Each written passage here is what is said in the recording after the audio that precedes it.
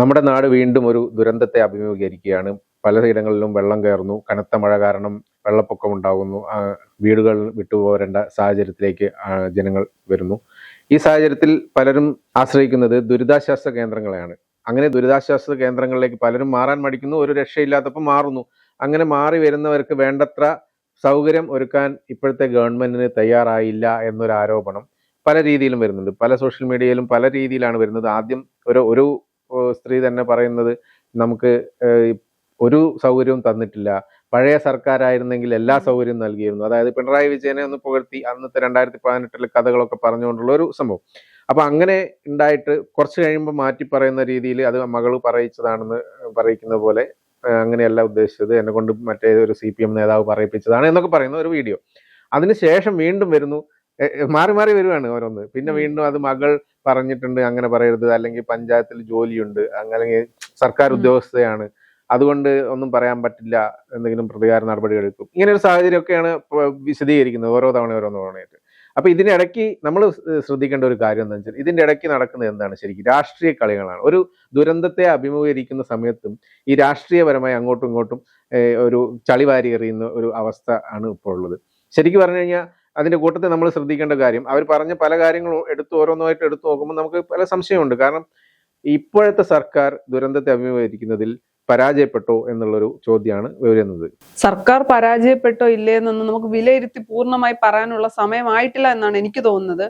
പിന്നെ ഇപ്പോ പറയുന്ന പോലെ രാഷ്ട്രീയമായി ഈ വിഷയത്തെ ഒരു കാരണവശാലും, അല്ലെങ്കിൽ രാഷ്ട്രീയമായി ഉപയോഗിക്കാൻ, അതിപ്പോ UDFും ശ്രമിക്കരുത്, LDFും ശ്രമിക്കരുത്, BJPയും ശ്രമിക്കരുത്, അത്തരം ഒരു സാഹചര്യത്തിലൂടെ അല്ല നമ്മൾ കടന്നു പോകുന്നത്. അല്ല, എന്റെ ഇടയ്ക്ക് ഒരു കാര്യം പറയാം. എന്താ വെച്ചാൽ, ഇത് ചിലപ്പോൾ നേതാക്കളോ അല്ലെങ്കിൽ രാഷ്ട്രീയ പ്രവർത്തകർ ഇതിന്റെ ഉള്ളിൽ കൂടെ ചിലർ ഈ കുത്തിത്തിരിപ്പ് ഉണ്ടാക്കാനുള്ള ശ്രമം നടത്തുന്നുണ്ടോ? ആര് ശ്രമിച്ചാലും, അതിപ്പോ ഒരു ഏറ്റവും താഴെത്തട്ടിലുള്ള ഒരു പഞ്ചായത്ത് മെമ്പർ ആയാൽ പോലും ഈ സമയം എന്ന് പറയുന്നത് രാഷ്ട്രീയമായി ഉപയോഗിക്കാനുള്ള സമയമല്ല.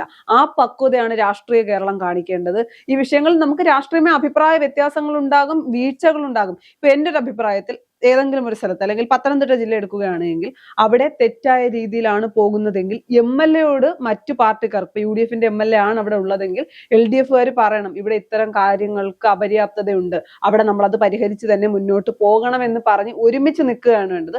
അല്ലാതെ മാധ്യമങ്ങൾക്ക് മുന്നിൽ 2018 പ്രളയം വന്നപ്പോൾ ഞങ്ങൾ ഇങ്ങനെയൊക്കെ ചെയ്തിരുന്നു, ഇവരത് ചെയ്യുന്നില്ല എന്ന് പറയുന്നത് ഒരിക്കലും അത് LDFന്റെ ഇമേജ് ഉയർത്താനൊന്നും പോകുന്നില്ല. ഞാൻ പറഞ്ഞതുപോലെ UDFന്റെ ഒരു MLAയോട് വിളിച്ചു പറയുകയാണെങ്കിൽ, അല്ലെങ്കിൽ ഇപ്പോൾ PC വിഷ്ണുനാഥൊക്കെയാണ് അവിടെ ചാർജുള്ള ആൾ, അപ്പൊ വിഷ്ണുനാഥിനോട് പറയുകയാണ്, അദ്ദേഹം മന്ത്രി കൂടിയാണ്, അദ്ദേഹത്തോട് പറയുകയാണ്, ഇവിടെ ഇത്രയും സൗകര്യങ്ങൾ കുറവുണ്ട്, ഈ സൗകര്യങ്ങൾ കൂടി വേണം, അല്ലെങ്കിൽ ഇത്രയും മരുന്നുകളുടെ ഷോർട്ടേജ് ഉണ്ട്, എന്താണോ വേണ്ടതെന്ന് കമ്മ്യൂണിക്കേറ്റ് ചെയ്യുകയാണ്. ഇതിലൊരു കാര്യം ശ്രദ്ധിക്കേണ്ടതെന്ന് വെച്ചാൽ, ഈ വെള്ളപ്പൊക്കം വന്നിട്ട് ദുരിതാശ്വാസ ക്യാമ്പിലേക്ക് എത്തുന്നതിന് മുമ്പാണ് ഇത്രയും സൗകര്യങ്ങൾ ആൾക്കാർ എത്തിക്കൊണ്ടിരിക്കുന്ന സമയത്താണ് അപ്പോഴേക്ക് വീഡിയോസ് വരുവാണ് ആരോപണങ്ങളുമായിട്ട്.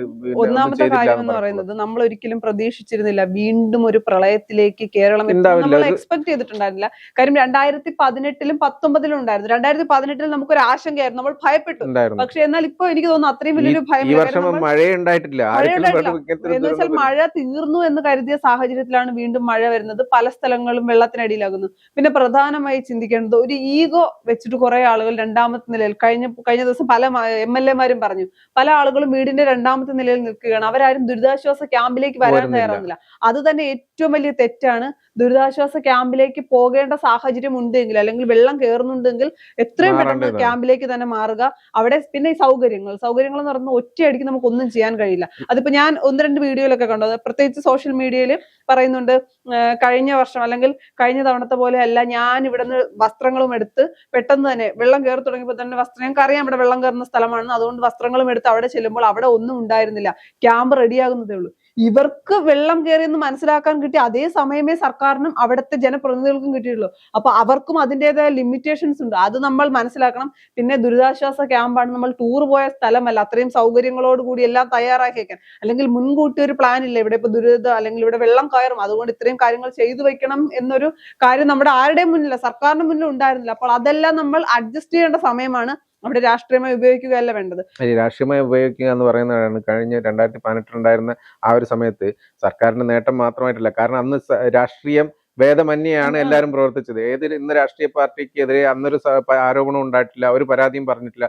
അതാരാണെങ്കിലും ഭരണത്തിലുള്ളവർക്കെതിരെ പ്രതിപക്ഷം പറഞ്ഞിട്ടില്ല, പ്രതിപക്ഷത്തെ ചെയ്തില്ല എന്നുള്ളത് അങ്ങനെയൊന്നും പറഞ്ഞിട്ടില്ല. അതൊക്കെ പറഞ്ഞത് എപ്പോഴാണ്? ഇതെല്ലാം കഴിഞ്ഞ് ഫണ്ടിന്റെ വിഷയമൊക്കെ വരുമ്പോൾ അത്തരം കാര്യങ്ങൾ സംസാരിക്കുന്നത്. അതിന്റെ മാത്രമല്ല, അപ്പോൾ ഒരു പ്രധാനപ്പെട്ട ഒരു സാധനമുണ്ട്. അതിന് മുമ്പത്തെ കാലം ഒക്കെ തല്ലുകൂടിയിരുന്നു. അതായത് രാഷ്ട്രീയത്തിന്റെയും മതത്തിന്റെയും പിന്നെ എല്ലാത്തിന്റെയും പേരിൽ, സമുദായത്തിന്റെ പേരിലൊക്കെ തല്ലുകൂടിയിരുന്ന ആൾക്കാർ വെള്ളപ്പൊക്കം വന്ന് ഇപ്പോൾ ഒരുമിച്ച് നിന്ന് അതിന്റെ ഒരു തെളിവ് പോലും കാണിച്ചു. ഇങ്ങനെ വന്നു കഴിഞ്ഞാൽ മതി, ഇവിടെ രാഷ്ട്രീയം ഉണ്ടാവില്ല, മതം ഉണ്ടാവില്ല, എല്ലാവരും ഒന്നിച്ച് നിൽക്കുന്ന മലയാളികളാണ് എന്നൊക്കെ പറയുന്ന സംഭവം 2018-ലും 19-ലും പ്രളയത്തെ നേരിട്ട നമ്മളാണ് 2026-ൽ രാഷ്ട്രീയ ലാഭത്തിന് വേണ്ടി നോക്കുന്നത്. ഒരു സ്ത്രീ ഏഷ്യാനെറ്റിലേക്ക് അവർ കൊടുക്കുന്ന ബൈറ്റിൽ പറയുന്നുണ്ട്, ഇതിനേക്കാൾ നല്ലത് ഇനി ഇവർ കയറി പോകില്ല, ഇതിനേക്കാൾ നല്ലത് വിജയനായിരുന്നു എന്ന്.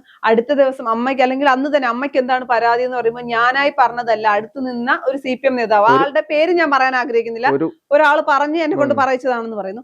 അടുത്ത ദിവസം ഇവർ തന്നെ പറയുന്നു മകൾക്ക് പഞ്ചായത്തിൽ ജോലിയുണ്ട്, മകൾ പറയാൻ പാടില്ല, അല്ലെങ്കിൽ എന്താണ് പേര്, കഴിഞ്ഞ പ്രാവശ്യം ഓണം പോലെ ആയിരുന്നു. അതാണ് ഞാൻ പറഞ്ഞത്, ഓണം പോലെ ഇവർ ആഘോഷിക്കാൻ പോകുന്നതല്ല, ഇത് പെട്ടെന്നുണ്ടാവുന്നതാണ്. ഇപ്പൊ 2018-ലെ പ്രളയ സമയത്തും നമുക്കറിയാം, നമ്മൾ സാധനങ്ങൾ കളക്ട് ചെയ്യാൻ ഒരുപാട് സമയമെടുത്തു.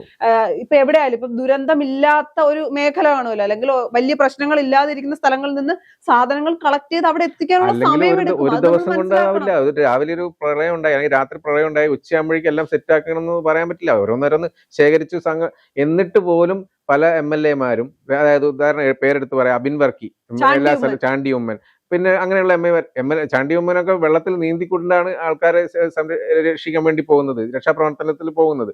അതൊക്കെ ഞാൻ മുമ്പ് കണ്ടിട്ടില്ല ഒരു MLA അങ്ങനെയൊന്നും ചെയ്യുന്നൊന്നും. പിന്നെ സിദ്ദിഖ് പോകുന്നത് കണ്ടു, അവിടെ ഒക്കെ അങ്ങനെയൊന്നും കണ്ടിട്ടില്ല. അവരൊക്കെ ഉണ്ടായിരുന്നോ എന്ന് തന്നെ നമുക്ക് അറിയില്ല, ആരൊക്കെയാണ് പ്രവർത്തിച്ചത്. ഒക്കെ നമുക്ക് കടൽ പുറത്ത് മീൻപിടുത്ത മത്സ്യത്തൊഴിലാളികളൊക്കെ വന്നിട്ട് സഹായിച്ച കഥ അത് ഇത്തവണയും ഉണ്ടായിട്ടുണ്ട്.